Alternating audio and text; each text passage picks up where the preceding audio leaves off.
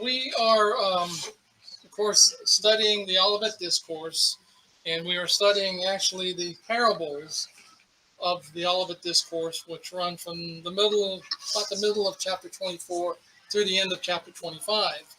And the first one that we looked at in chapter 25 was the parable of the 10 virgins. We spent time studying that, and we looked at the wedding customs in Israel at this time. And because of that, there's some things that I brought out that kind of tie into the church, and that's in your handout.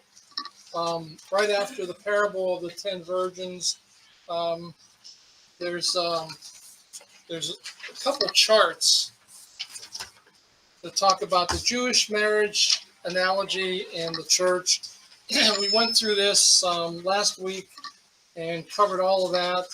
And then I told, I mentioned that we're taking kind of like a time out to do this. So we're stepping away from the Olivet Discourse just for a week or two. And last week we started looking at these verses in John chapter 14, and we're gonna finish that up tonight. At least that's the plan. That's the plan. So, but before we get going, it seems like the topic of discussion everywhere in this country is how hot it is in Texas, right? My mother called the other day. She's north of Houston. It was 6 p.m. and it was 109 degrees. 109 at 6 p.m. Okay. Well, they got us beat by a long shot. She's lived there since she was 20-something, and she said it had never been that hot that time of day. Well, it's been a scorcher there. I mean, we watch the morning update from Patrick, and purple, is that what it's been? Texas has been purple for the last 2 months at least, it seems. So they have just been scorching. As a matter of fact, how hot is it in Texas? You're probably wondering. Well, it's so hot that the Baptists have started sprinkling. It's so hot in Texas that the Presbyterians are passing out rain checks. And I know this is on your mind. It is so hot in Texas that the Catholics are praying that the wine will turn back into water. Okay? That's how hot it is in Texas. So, okay. I got to get your attention somehow, right? Feel free to use those if you like. They're not copyrighted or anything. Anyways, we are in the upper room discourse. That's where chapter 14 is located. As you can see, chapters 13 through 17, and I'm going to go through this quickly because we covered most of this last week, and I want to get to new material on these verses. So these are the last words of Christ, of course, before his crucifixion, and these are the words that we spent time looking at last week. So if you have your Bibles, they should be open to John chapter 14 at this point. If you have open to Matthew 24, 25, sorry about that. Just hang in there. We're going to try and get there before we're finished tonight. These are the verses that we're concentrating on tonight, and they're up on the screen in the New American Standard. I'm going to go ahead and read them just for time's sake, make a few comments, and then we'll just keep moving on. So,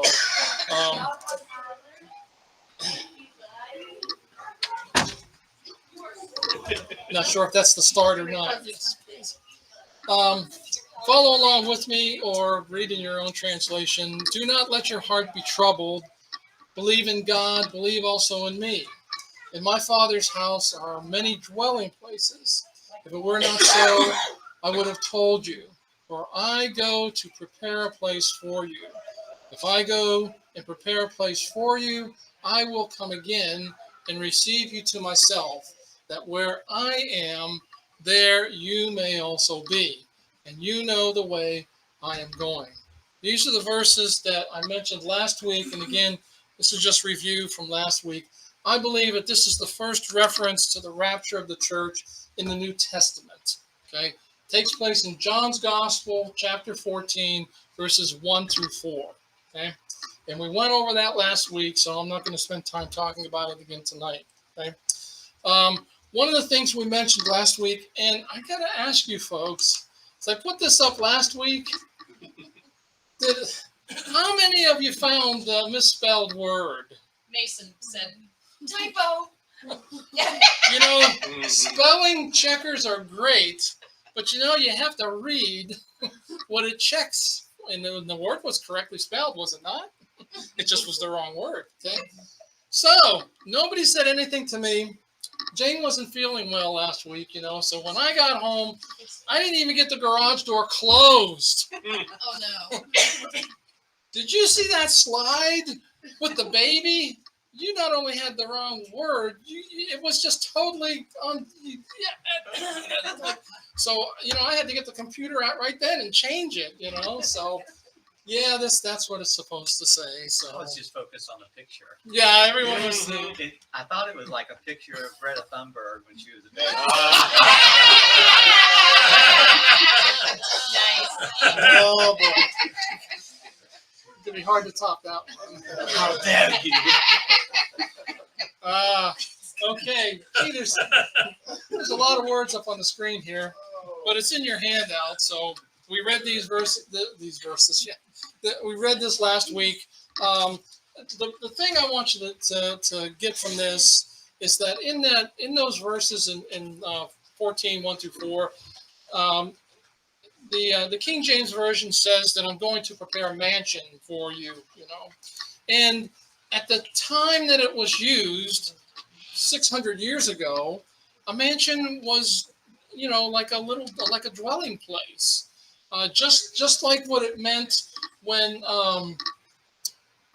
Jerome translated the Vulgate, the word that he used, the Latin word he used, it was the same thing. You can see it's there. We talked about this last week. It's a place that you stopped in a journey. It's like an inn. It's like an inn. So the King James folks, that word was correct when they used it. 600 years later, that word has a little bit of a different meaning, and that's what I tried to bring out last week. Okay, the correct translation, I believe, in most of the modern translations, use the words dwelling place. I think most of them use that, something like that. So the King James and the New King James still hold on to mansions. So, but it's really not mansions as we understand mansions, like the one in the bottom right-hand corner. Okay, that's not where we're going. I'm sorry to disappoint you folks, but when Christ takes us to be with him at the rapture of the church, whenever that's going to be, okay, he's preparing a dwelling place for each and every believer. And those are, they're temporary dwellings. And we mentioned this last week, they're temporary because we're only going to be there for a few years. And then at the end of the tribulation, Christ is coming back to earth. And guess who's coming with him? We, the church, are coming with him. We are his bride. He is the bridegroom. He went to prepare a place for us. We go to him, and then we're coming with him wherever he goes, we will be. So when he comes back to earth at the end of the tribulation period, then we're on our way with him. So forget about your Biltmore estate in heaven. That's not going to happen. Okay. Again, I think this is in your handouts. I tried to make sure it's probably not. So, well, maybe it is. No, again, this is something that I found after I see, Jeremy. There's a reason that I wait till the very last minute to get your handout. Okay, this is a little bit of clarification on the verses here, especially on this idea of dwelling places. Follow along with me. Dr. Tenney says this in his commentary on John. The imagery of a dwelling place is taken from the Oriental house in which sons and daughters have apartments under the same roof as their parents. So in 2,000 years, not a whole lot has changed, has it? Came full circle. Yeah, believe me, we've been there, done that, huh? Dr. Mark Bailey in the New Testament Survey says this, the same type of thing. This truth may reflect the marriage custom, and that's what we've been talking about, is the marriage custom.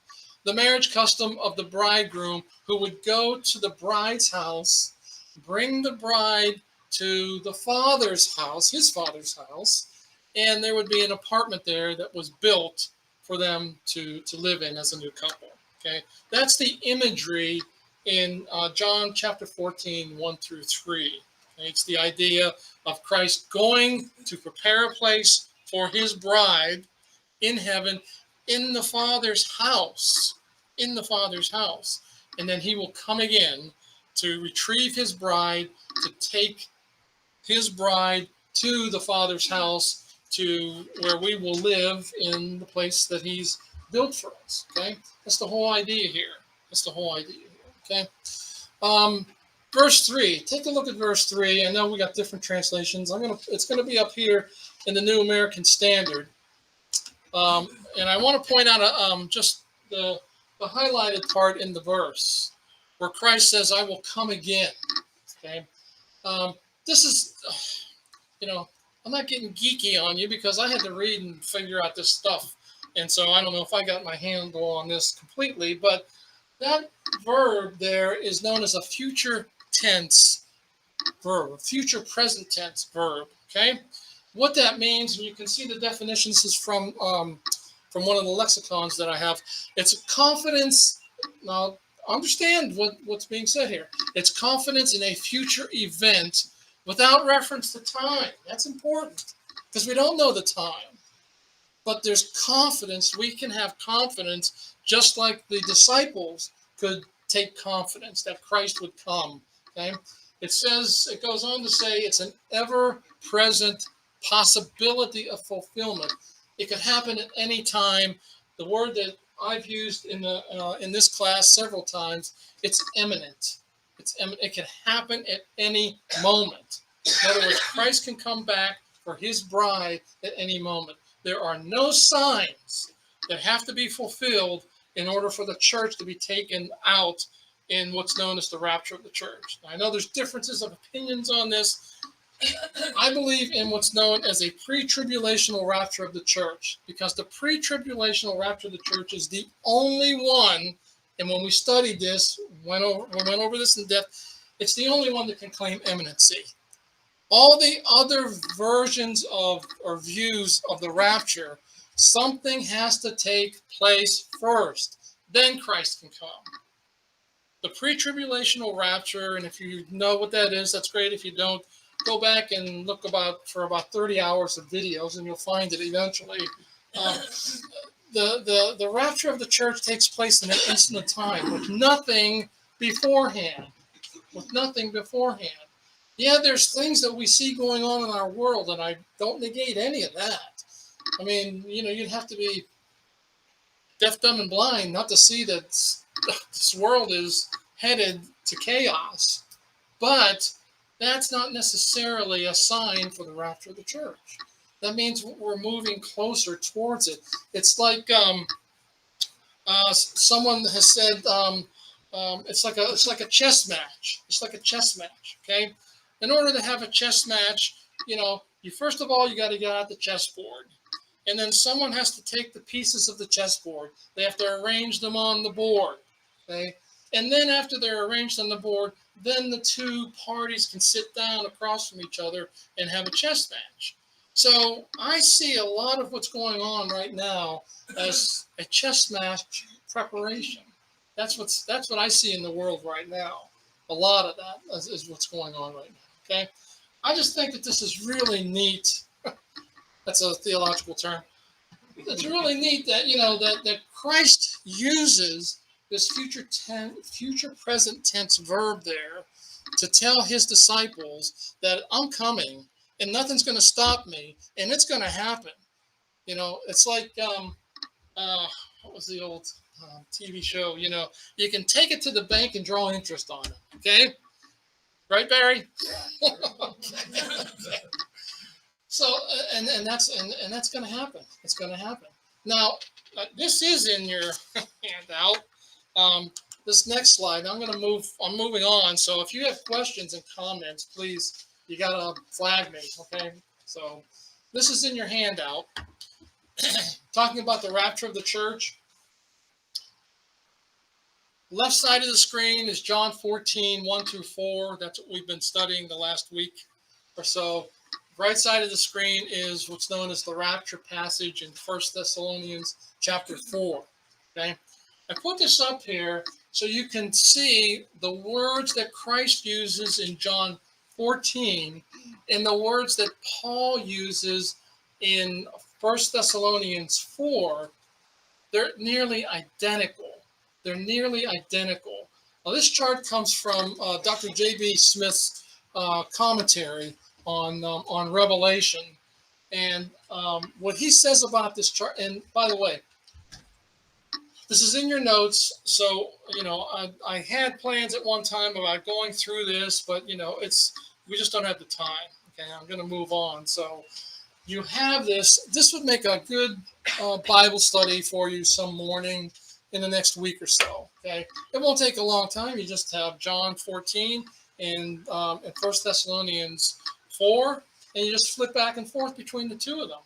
This is what Smith says about this chart that he's put together. He said the words or phrases are almost an exact parallel. They follow one another in both passage and exactly the same order. Only the righteous are dealt with in each case. There is not a single irregularity in the progression of words from the first to the last.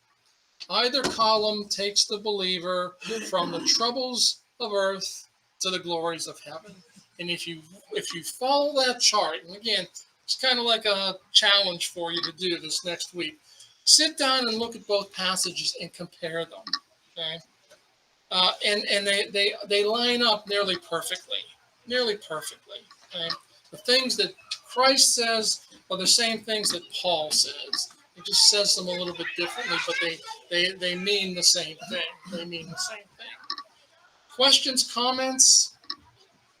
This is extra credit, by the way. If you do that this week, just hand in the assignment and, you'll get extra credit. When was it? Last week we talked about rewards at the Bema seat. Maybe you'll have an extra reward. You never know. Okay, let's try and get to some conclusions here.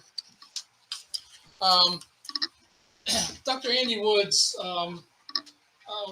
put together this. There's 9 statements that he makes concerning John 14, 1 through 3. And I'm just going to kind of read through them. It's everything that we've looked at. This is kind of like a reminder of what we've seen and where we've been in this passage here in John chapter 14. Okay, Christ would return through his ascension to his Father's heavenly abode. Okay, he's going to his Father's house. Mentions that. Okay, he would there prepare temporary dwellings for his disciples. Number 3, he would return for his disciples in the future. Number 4, his return would be just as personal as his first coming and ascension. Just as personal as his first coming and ascension. He would physically take believers to be with him by drawing them to himself. And I've added at the rapture of the church in there. That's my words. Okay? But that's what he's going to do. Okay? So these are some conclusions that he's come to, which make perfect sense to me because they line up with everything we've been talking about for the last week. He goes on, number 7. Yes, I'm sorry. So, biblically, it tells us that we're going to be in this body here, taken up to wherever our temporary dwelling with Christ for is it our soul going up there, and that's where we receive the heavenly bodies that our bodies will be changed in the instant, in the twinkling of an eye. Okay.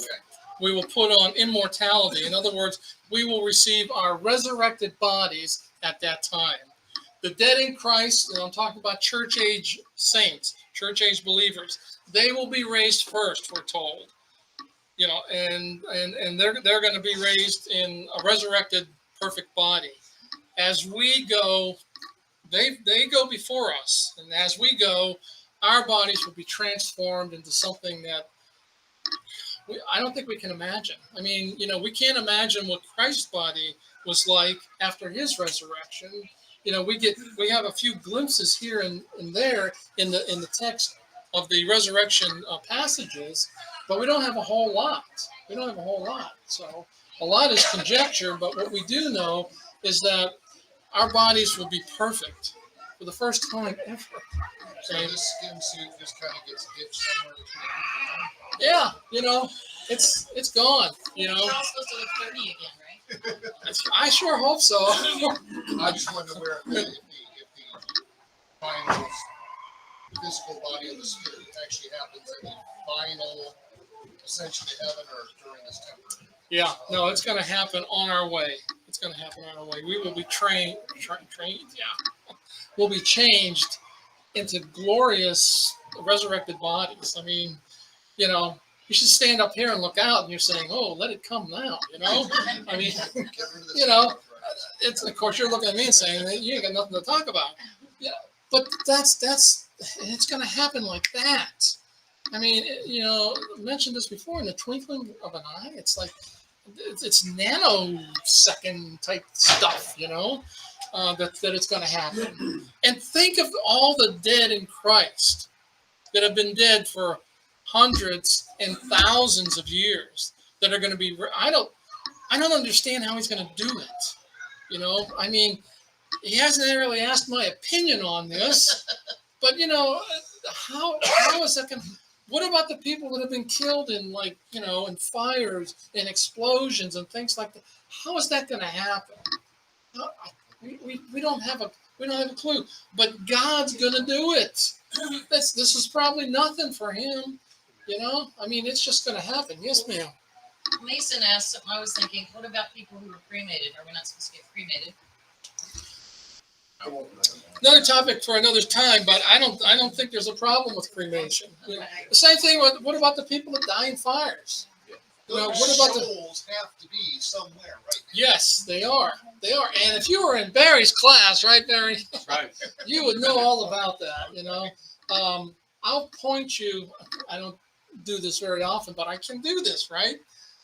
If you go back to the TFBC YouTube channel, whatever we call it, site, okay, there's a 3-part series that I just finished up in Barry's class on the intermediate state. What happens to people after they die? That will answer 95% of your questions. 3 hours. That's all it is. 3 hours, yeah, it's 3 1-hour classes.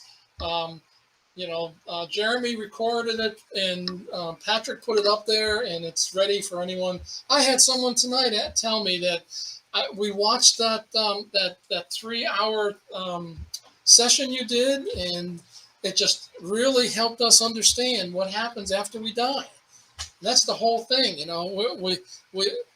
there's so many questions about what happens after we die, and that series will answer the vast majority of questions that come up, just like the ones you're asking, because there's a lot of people that are asking the same questions. Okay, so I'm going to point you to that. I'm not trying to blow you off because I taught the class, so take it for what it's worth. So, air conditioning, come in. Okay, let me move on. I hope I answered. I don't even know where the question came from, but let me move on. Okay, number 7. The purpose of this event. We're still talking about John 14, 1 through 3. The purpose of this event is so that believers could dwell in their prepared temporal heavenly place and be with Christ where he is. He is the bridegroom. We are the bride. Okay.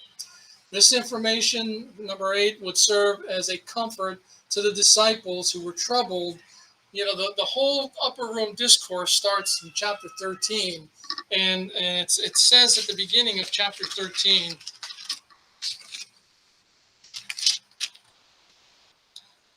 Verse 1 says, now this is, I'm reading from the New American Standard. Now before the feast of the Passover, Jesus, knowing that his hour had come, that he would depart out of this world to the Father, having loved his own who were in the world, he loved them to the end. So during the dinner, they get the drift here that Christ is leaving. And he uses these words over here in chapter 14 as words of comfort. And what's the last verse in Paul's First Thessalonian epistle, chapter 4? He says, comfort each other with these words. So it should be a comfort to know that Christ is coming for us. We pray that he comes while we're alive, but we don't know. I mean, I hope it happens soon. I mean, real soon. Someone once said, there's not a problem in the world that I have that the rapture won't solve. Okay? And that's the truth. That's the truth. So it's words of comfort that he's speaking to his disciples here in chapter 14. Okay? Finally, number 9, Christ unfolded the reality of this event for the purpose of, again, comforting the disciples over in chapter 14, verse 1. Okay? So that's just kind of like some concluding remarks about this whole thing about that we started talking about the wedding of the church and the bride of Christ and all that, how it all wraps together. And I wanted to kind of bring it all to you because some of you may have never looked at those verses like we've looked at them these last few weeks. Okay, maybe it's something new. This is my take on it. I'm not saying it's correct, but I feel pretty confident that that the way that I'm interpreting it is the way that it was meant. So do your own study. That's all I can challenge you to do. Okay. Questions and comments before we move along. Would you go over number 6 again? Yeah. Number 6.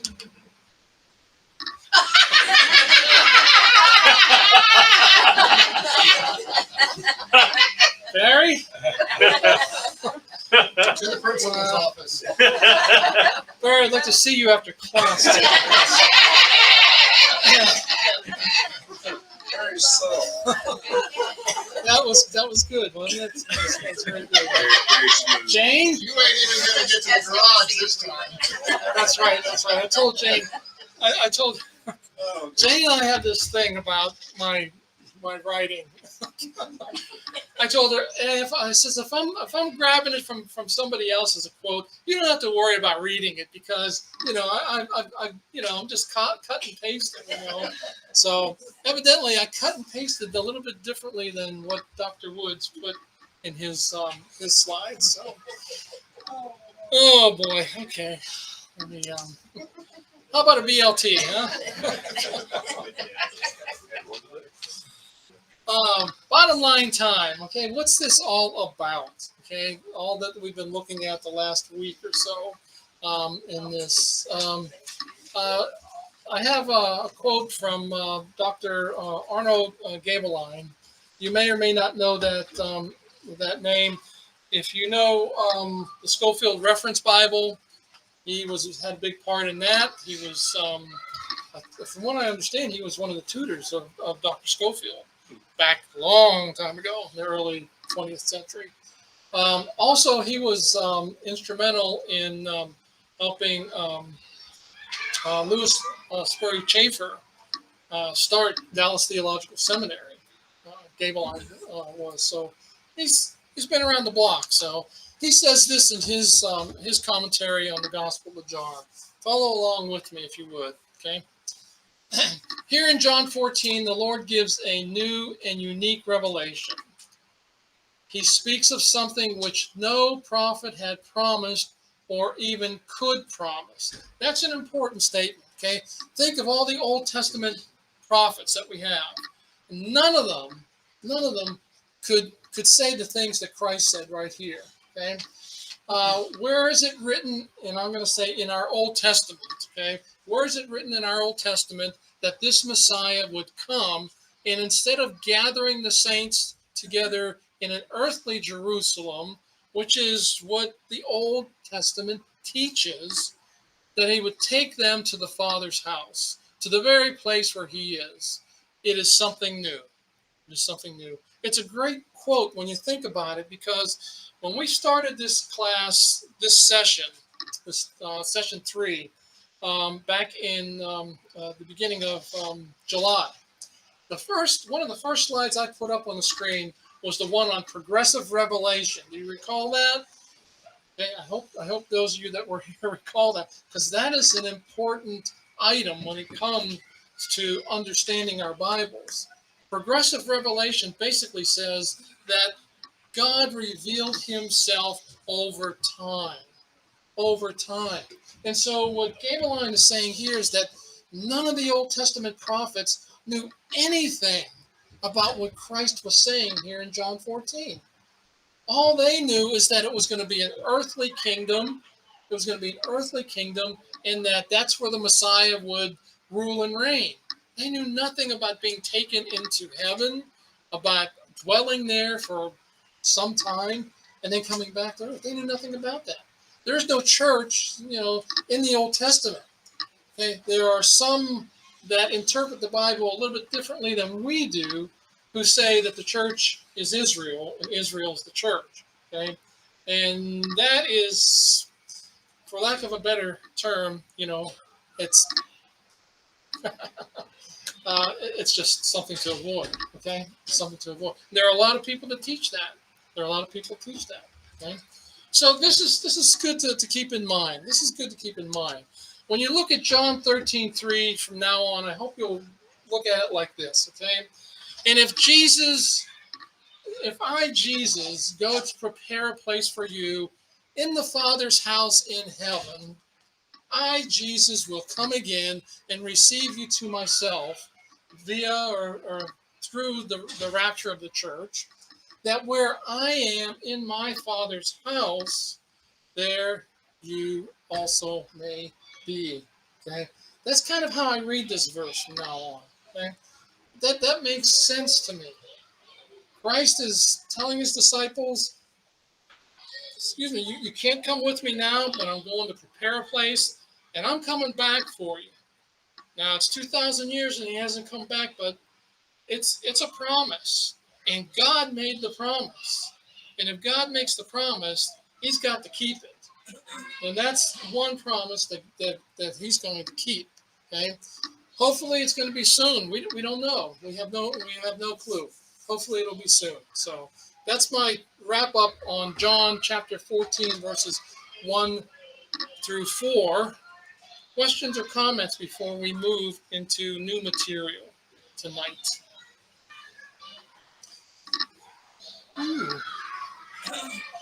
Okay. I can make up some questions. No, that's quite all right. You just sit there and smile, okay? Okay. Now for something completely different. Okay. I grew up watching Bullwinkle and Rocky. I don't know if you folks did, but they were my Saturday morning favorites. And they were funny, and they still are actually. Anyways, something completely new and different. Okay, I want you to think now. Where were you on August 25th, 1973? Some of you weren't even alive, right? Can you think where you might have been on August 25th, 1973? What day of the week was it? Saturday. It was a Saturday. It's a Saturday. Some of you were little babes in arms, okay? But on August 25th, 1973, this handsome couple exchanged marriage vows. Okay? And I would be amiss if I did not mention that tonight. On Friday, Jane and I will be celebrating our 50th wedding anniversary. Jane still looks exactly the same. They're clapping for you having to put up with me for 50 years. So And Were you in a rock band? actually I was. This is post-Marines. Actually, I was. This is post Marines, anyways, yeah, you know, we've mentioned this to some people over the last few weeks, and everyone says the same thing. You're a rarity, you know, you're a rarity. And I say, you don't know how rare it is, you know. Believe me, you know. I mean, to think that Jane put up with me for 50 years.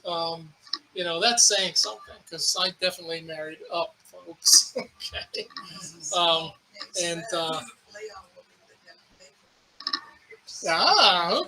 Okay. We'll have to celebrate that too. Okay. Yeah, we were married on August 25th, 1973, in Ocala, Florida.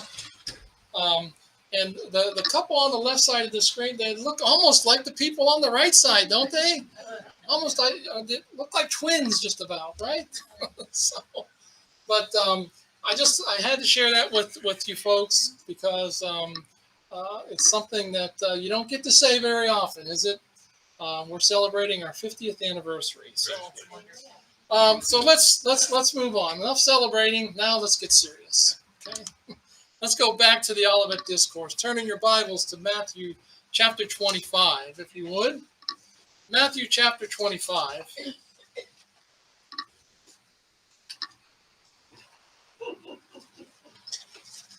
And if you recall, it's been 2 weeks since we've been here, but this is kind of where we left off. We had just finished the parable of, well, it calls it the wise virgins here. I call it the parable of the 10 virgins.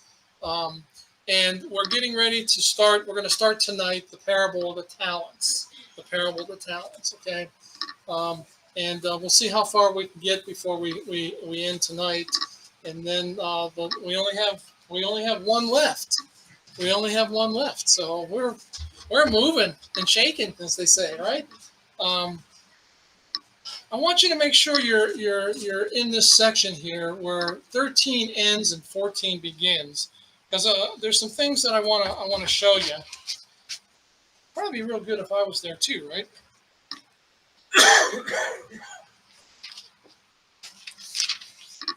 Okay.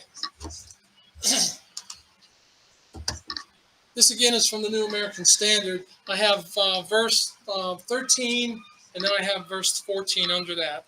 Verse 13 ends the parable of the 10 virgins, and it ends with an exhortation to those that he's speaking to. Be on the alert then, for you do not know the day nor the hour. And some translations add when your Lord will show up, or something like that. Okay. And then we go right into verse 14. For it is just like a man about to go on a journey. And we'll be looking at the whole verse here in a moment or two. But I want to call your attention to some things here. Okay. There's some things that, unless you spend a little bit of time looking at words, which you need to do when you study your Bible, okay, you kind of miss what's going on here. And what I mean by that is, you see the word for at the beginning of verse 14? Anyone know what that word is grammatically? You know what that word is? I'd call it conjunction, but I don't know if that's exactly the. You win. Okay. He gets the star tonight. So what is it? The gold star? What do you? Yeah, I always hand out a gold star. Jane always gets. Jane always gets the gold star. Well, tonight it goes to Wayne. Okay, It's a conjunction. Okay, and we all know about conjunctions because we've been watching Sesame Street, right? Okay, now you're going to have this song in your head for the rest of the week, right? Okay.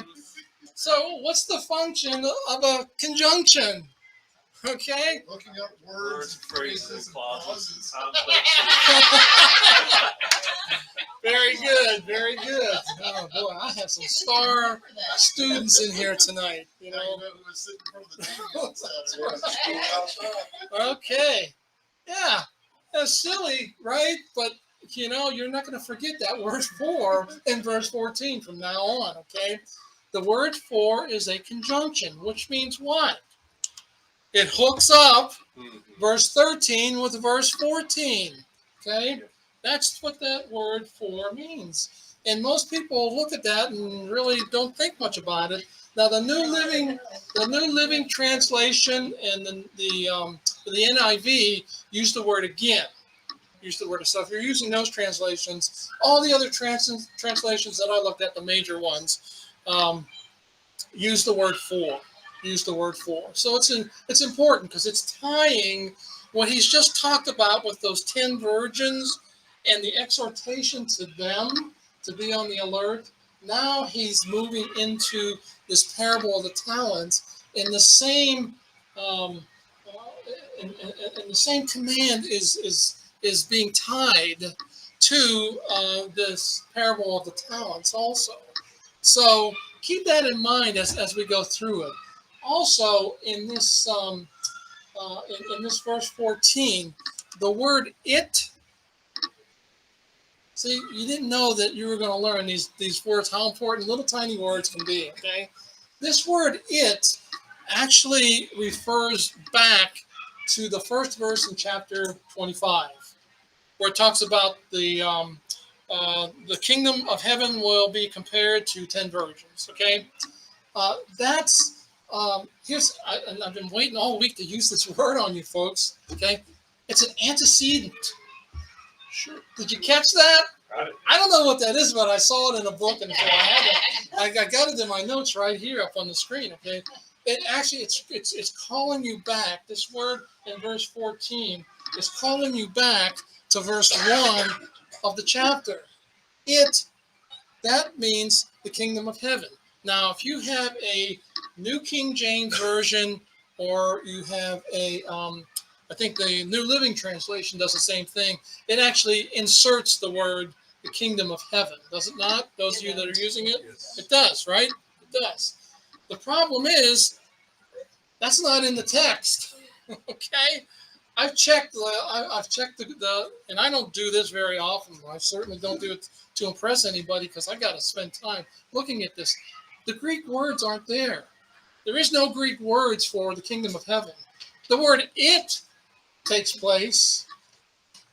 So this is something that's important. Okay, what I want you to understand is that Christ is going to be talking about the kingdom of heaven. That's a given. That's what's important. Okay, he's tying these. Well, of course, 13's gone. He's tying 13 and 14 together, and then he's saying that he's going to be talking about this kingdom of heaven again, just like he did at the beginning of the parable of the 10 virgins. Okay, but what you don't see a lot of times are things like this. This is the New Living Translation that's up on the screen. This is verse 14. Everything that's in bold white is not in our Greek text. It was added by the translators. Okay? Now, that's not a bad thing per se, but that's just something that you need to be aware of. Okay? The most translations use one two-letter word, "it." Okay? The New Living Translation folks, they put a bunch of words in there that say the same thing, but again, it's not in the Greek text. And I just want you to be aware of those sort of things, because that's why you need to have multiple copies of God's Word when you study. Okay? You can get a parallel version Bible with 4 different translations in it, and you open it up, and it's kind of like, the New King James, New American Standard, New Living Translation, New International Version, and you'll see the verses. They'll be, side by side. You can see them, and that's good for studying. That's good for studying, because there's a lot of things that translators insert. This is what scares me about translations, that insert into our translations that aren't there in the Greek text. They just aren't there. Like I said, there's 8, 9 words here that aren't in the Greek text. But if you're reading a New Living Translation tonight, you don't have any way of knowing that. The New King James and the King James Version, as far as I know, are the only ones that still italicize. Everyone knows what italics are? That italicize words that they are inserting. As a matter of fact, in my New King James that I use for study, along with my New American Standard, it actually has, the kingdom of heaven. Those 4 words are in italics, which tells me that the translators inserted those words for clarity. And that makes sense, doesn't it? That makes sense. The problem is when theology makes its way into our translations. And that's when it gets a little bit scary, okay? Because you've got to really be on your toes when it comes to translations, especially a lot of the newer translations. And I'm not knocking them, I'm just saying to be aware of them.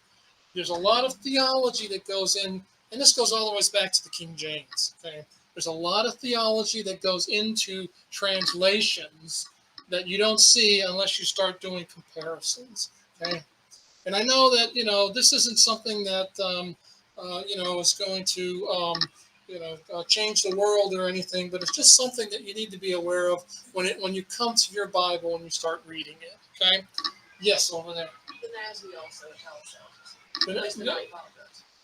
oh, okay, that's, I thought I had my King James, I got my NASB. Yes, right here, and all the words are italicized. Okay, thank you.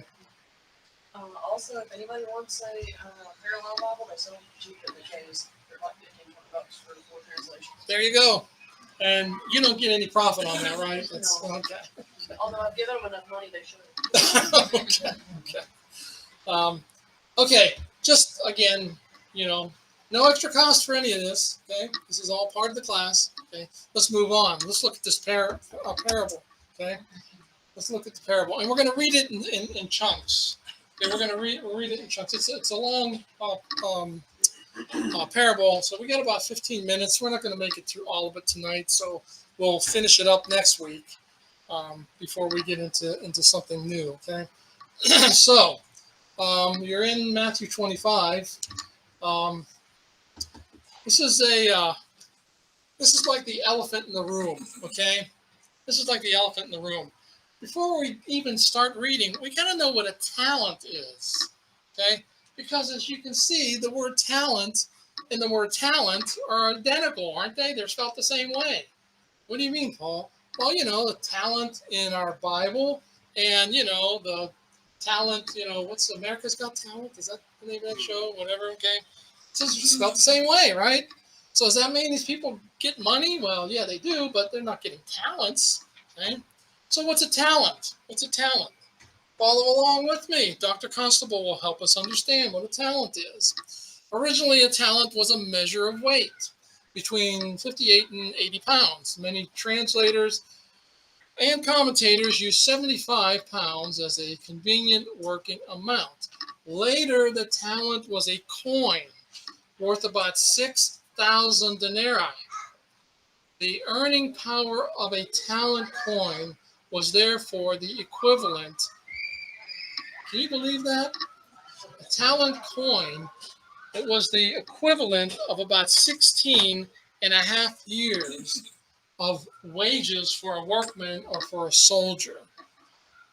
One talent. That's a lot. That's a lot, is it not? Where am I? Okay, by any reckoning, the worth of the talents in our parable here that's entrusted to the slaves in this parable was great. 5 talents. I really like this last line here. 5 talents might amount to considerably more than a lifetime of earning. That's how much a talent was worth. So is it over exaggeration with a hyperbole on Christ's part? I don't know. He's getting his point across, that's for sure. When he uses, that one of these slaves is getting 5 talents. And yet, what does this slave do? A little sneak preview of how it all is going to wrap up. He makes 5 more for his master and winds up with 10 talents. Okay, that's a lot of money. A lot of money, okay? So we need to keep this in mind as we go through this. Most of the time when we read this parable, we think a talent, is so much, a couple $1,000s here, a couple $1,000s there, it's not. It's massive. It's a massive amount of money that these slaves were even the one that only got 1 talent, okay? The 1 talent was worth what? 16 and a half years of wages, just that 1 talent. So keep that in mind as we go through this, okay? That these talents that are being doled out by the master are worth a lot of money. And so he is entrusting these slaves with a lot of responsibility, is he not? Okay, Matthew 25. Let's just read verses 14 through 19. Kind of tells us what's going on, and then we'll kind of go from there and break it down. So, since I've been yakking for 45 minutes now, let's have somebody else read verses 14 through 19 of Matthew 25, please.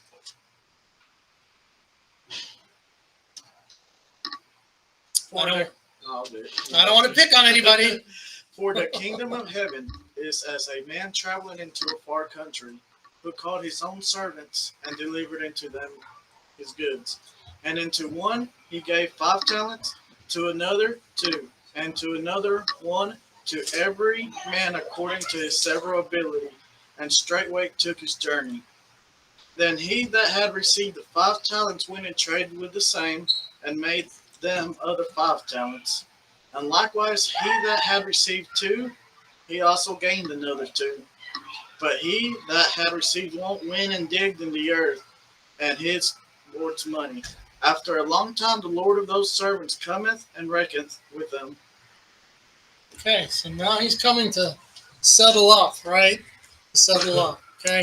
So this is what we have. We have 3 slaves. We have 3 slaves. We have a master that's, we're told he's gone, and he's gone for a long time. Just like the bridegroom in the parable of the virgins, right? That previous to this one, okay? He's gone for quite a while, okay? In this one, the master leaves, and he's gone for quite a while. No idea when he's coming back. And these slaves are supposed to do something. They're supposed to make use of what he's given them as far as these talents are concerned. Okay? So, as Dominic just read, okay, the guy had the slave that had 5, he makes 5. The slave that had 2, he makes 2. The slave that had 1, well, we'll hear his excuse here in a little bit, okay? But that's what we have. We have these slaves. They're given these talents, okay? And now the master is coming back in verse, where am I? Verse 19. After a long time, the master of these slaves came and settled accounts with them. So now starting in verse 20. Oh, by the way, besides him being gone, I like this little phrase that's up here, that he gave to each of them according to their abilities. According to their abilities. So I don't think he overwhelmed any of the 3, because he knew what they were capable of producing. Okay, they were his slaves. He knew who they were. He knew how they worked, and so on. And so when he gives them, a responsibility, he expects them to follow through with it. Okay, so the master's coming back now.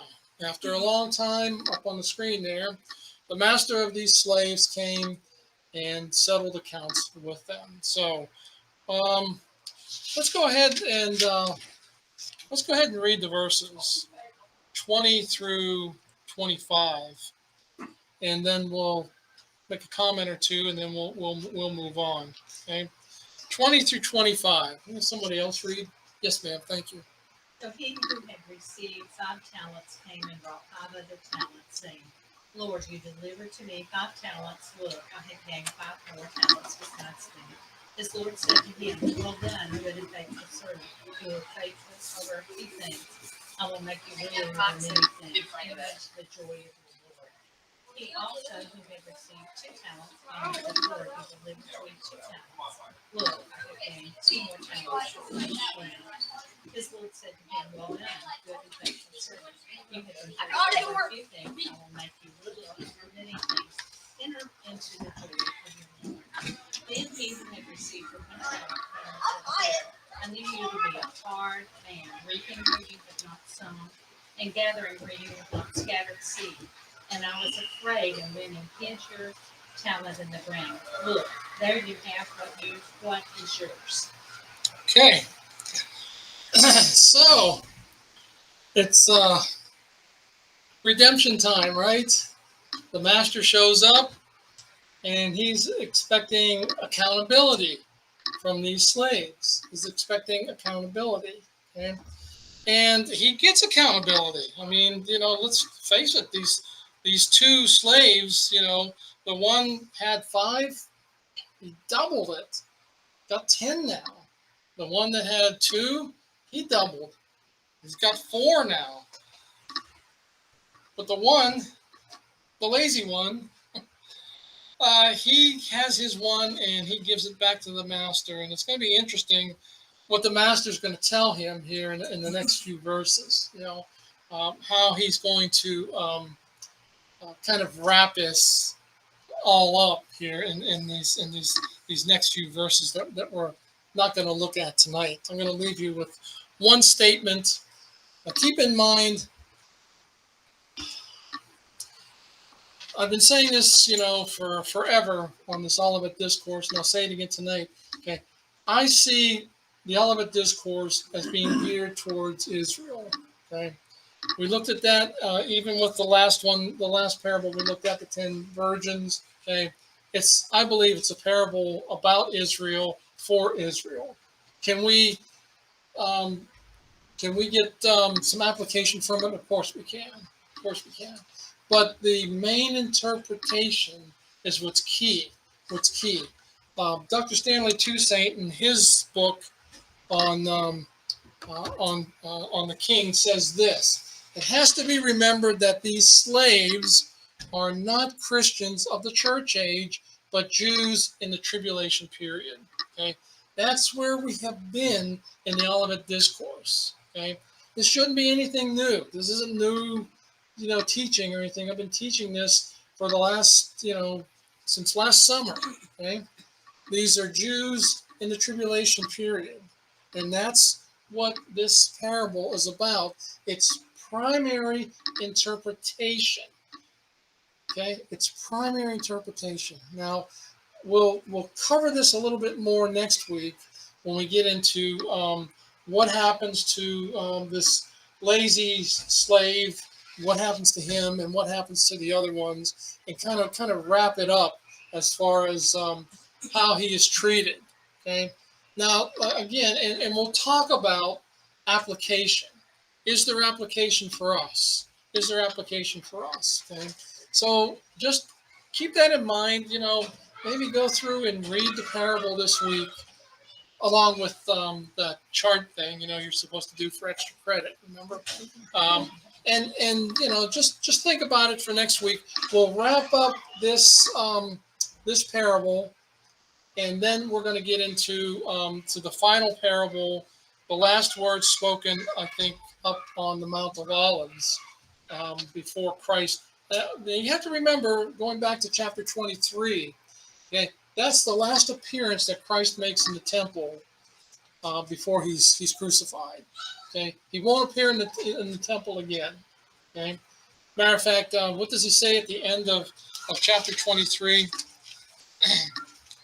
He says, "For I say to you, from now on, you will not see me until you say, 'Blessed is he who comes in the name of the Lord.'" Okay, that's the last verse of chapter 23. In other words, Christ is saying, until Israel regards me as blessed, as the Messiah, okay, you're not going to see me in this temple.